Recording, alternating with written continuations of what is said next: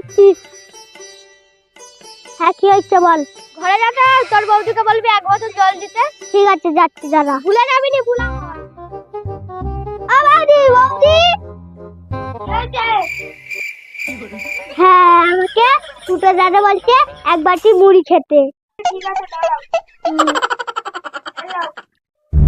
বল্টুকে কখন জল আনতে পাঠাতাম এখনো আসেনি, যাই তো।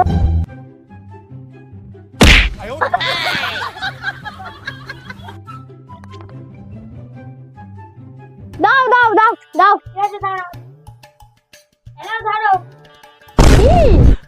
চাল ভিখারিকে চাল দেবো নি, তোকে সোনা দেবো।